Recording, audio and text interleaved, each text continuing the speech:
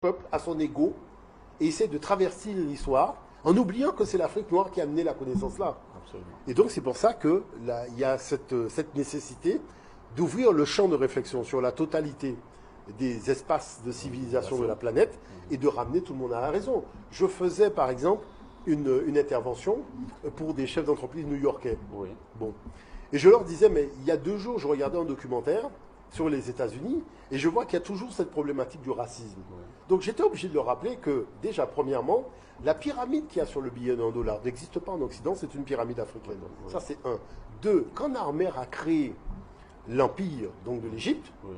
il a créé ce qu'on appelle Inech-Eb. Inech-Eb, ça veut dire la Maison Blanche, son palais est en calcaire blanc. Oui. Donc le concept de la Maison Blanche, c'est-à-dire le dirigeant qui est dans une Il a maison, été copié en ça a Afrique, été encore. copié. Bon. Oui. Ensuite, vous avez la monnaie.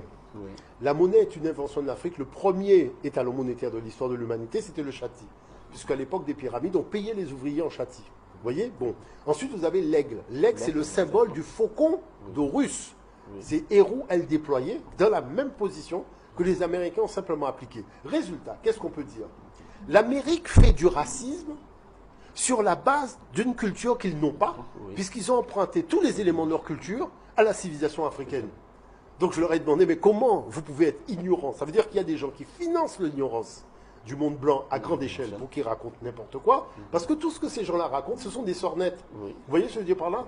2, comment peut-on oublier qu'il n'y a pas si longtemps, il y avait 10 000 hommes modernes qui se trouvaient sur le continent africain. Il n'y avait pas d'hommes modernes nulle part ailleurs. Ça représente un peu les doigts d'une main. Vous avez un doigt qui décide de partir du côté de la Russie.